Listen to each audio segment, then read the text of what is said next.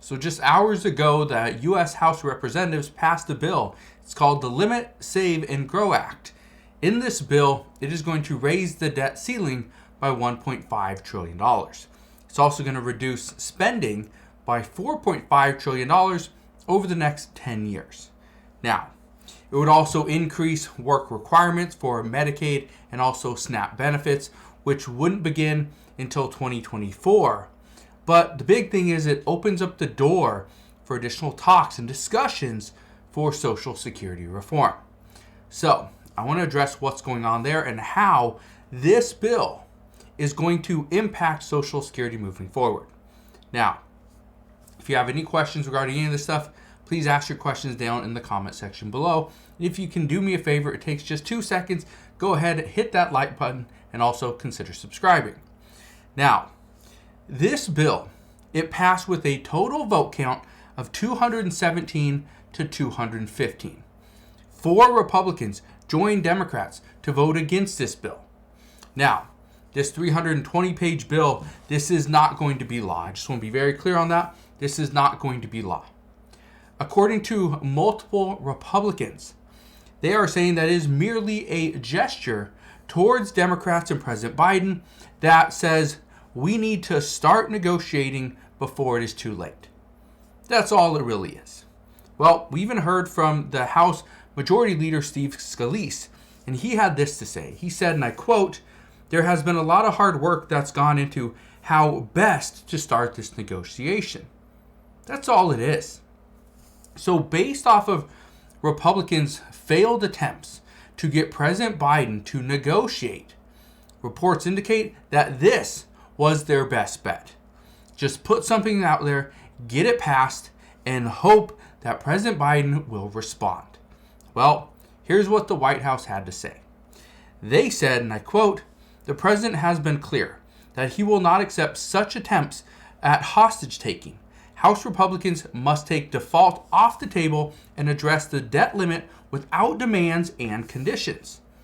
Obviously, House Republicans are not going to do that. They want to get to the negotiation table and figure out where is the best place to be.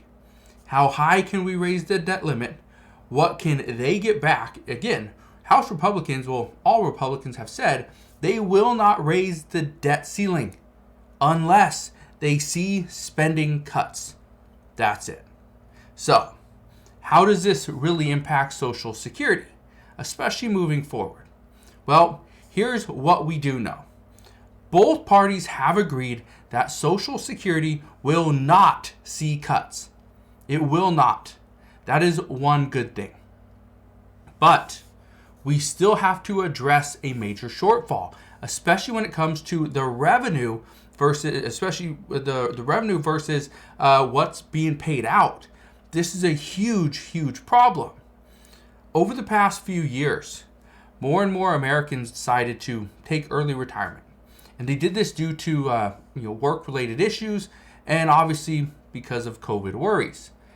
This increase, this had a major impact because now Social Security would become insolvent sooner rather than later. And this is because of the overall output from the Social Security Trust. The other issue is that workers have simply left the workforce. So now the revenue coming into the Social Security Trust is less as well. So more people are collecting benefits, which again means more money going out, and there's less revenue coming in because people are not working as much. Again, that's a problem. Those are two big issues. The only positive thing here, and again, the only positive thing I can think of is that over the past couple of years, wages has gone up. So because that means more revenue is coming in per person. But as a whole, we're actually seeing less. Now, here's where things stand as of today.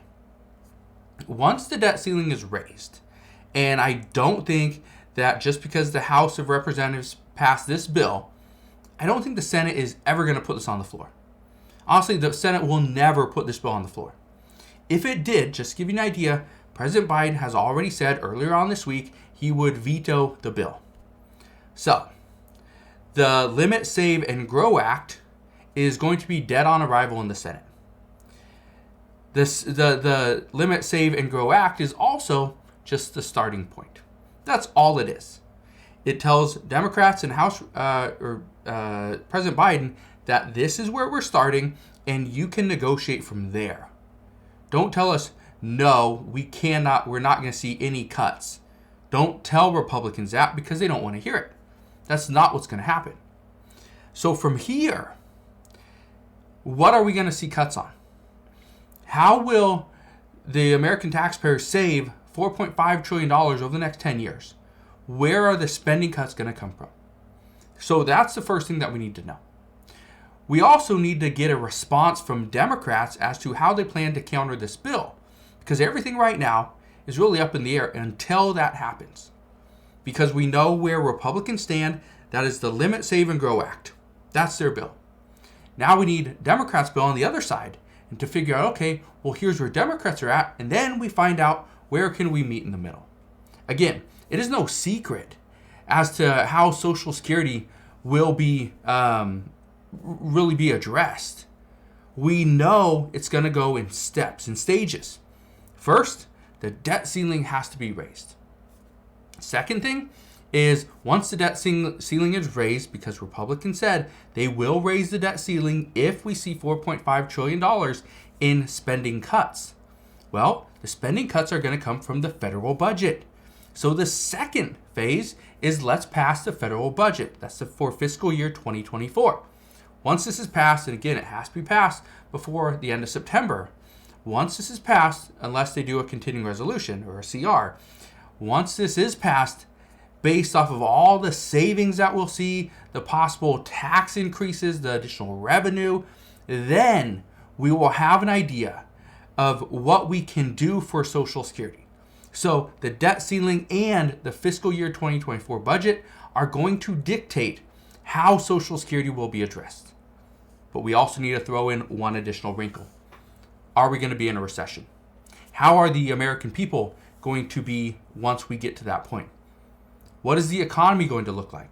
Are banks going to be on the verge of collapse? Are we going to see inflation under 5%? What is interest rates going to look like? All these things are so important.